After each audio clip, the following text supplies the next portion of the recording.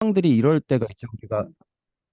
우리가 이제 수술방에서 들어가서 수술하려고 했는데 환자는 그 얘기 한 적 없고 만져봐서는 거기가 아프지 않았던 것 같아서 뭐 ACL 리컨이라던가 아니면 뭐 메니스커스 리페어 또는 메니섹토미 같은 거로 들어갔는데 MRI에서 명확하게 확인되지 않았던 카틸리지 리전이 있을 때 이거는 뭐 술식을 시행을 해야 되나 말아야 되냐 이런 생각을 할 수 있는데, 우선 스몰 사이즈 디펙트랑 미디움 투 라지 사이즈 디펙트는 조금 다르게 구별하는 것 같다는 뭐 에비던스 베이스드라기보다는 그 엑스퍼트들의 오피니언들을 많이 읽어보게 됐습니다. 이게 미디움 투 라지 사이즈거나 또는 OA가 동반된 경우의 리전 같은 경우는, 그러니까 뭐 무릎을 구성하고 있는 여러 가지 주요한 요소들, 예를 들면 뭐 카틸리지뿐만 아니고 뭐 리가먼트 또는 뭐 메니스커스 이런 뭐 얼라이먼트 이런 것들이 종합적인 생태계가 무너지면서 생기는 현상이다라는 뭐 그런 뭐 코멘트들을 많이 읽었는데요.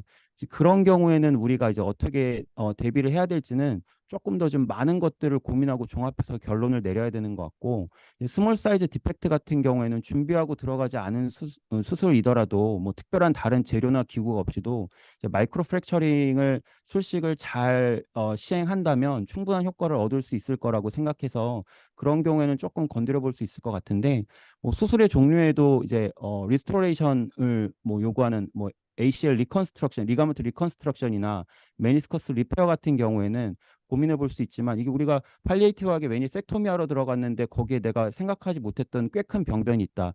여기에 대해서 술식을 하고 보통은 리가먼트 서저리 아니 카틸리지 서저리를 하게 되면 노네이트 베어링 기간도 뭐 술자마다 다를 수는 있겠지만 뭐 6에서 8주, 8에서 뭐 길게는 최장 제가 12주까지 얘기하시는 분들도 본 적이 있어서 그 기간을 환자가 과연 견딜 수 있을까 생각해 보면 단순히 무조건 뭐 리전이 있다고 해서 뭐 수술적인 치료를 고려하는 것은 조금 무리인 것 같고, 여러 가지 상황들을 모두 같이 고민을 해봐야 될 것 같습니다.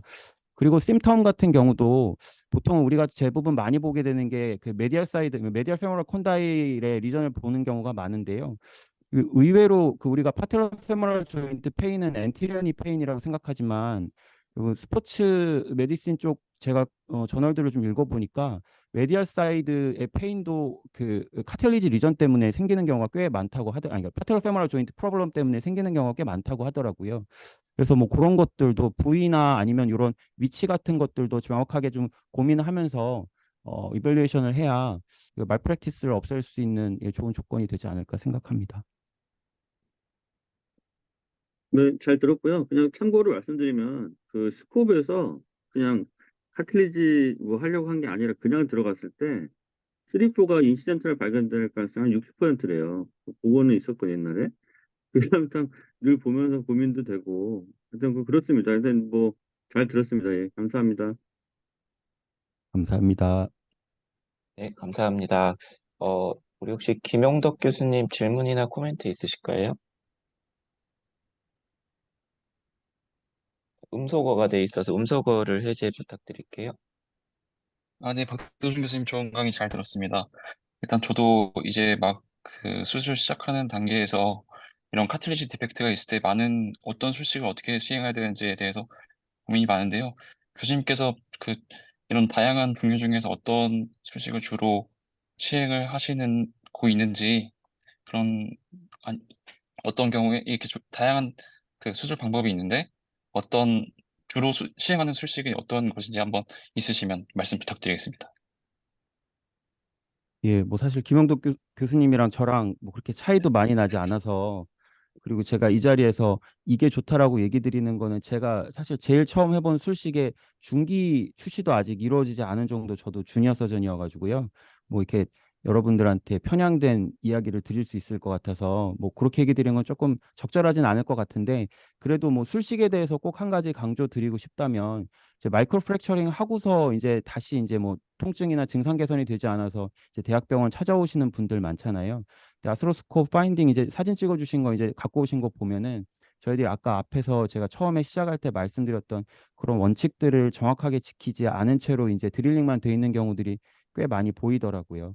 그래서 전공의 선생님들은 이제 술식 시행할 때 그런 원칙을 지켰을 때, 그러니까 쉽고 간편한 방법이지만 그런 원칙을 지켰을 때 아웃컴이 보장될 수 있다는 거 꼭 기억해 주셨으면 좋겠습니다. 네, 감사합니다.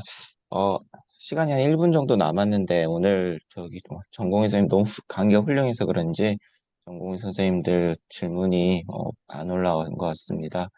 그 마지막 페이지에서 보여주셨던 그 스무드 시 네버 메이드 스킬 세일러 어, 감명 깊게 들었고요. 오늘은 모든 의극이 스무드한 C에서 하루를 보내는 즐거운 목요일이 됐으면 좋겠습니다. 다음 주는 우리 부천 성모병원의 정진아 교수님께서 아킬레스 텐디노패스에 대한 강의가 있습니다. 많은 참석 부탁드리고요. 오늘 목요 집단면 여기서 마치도록 하겠습니다. 모두 고생 많으셨습니다. 감사합니다.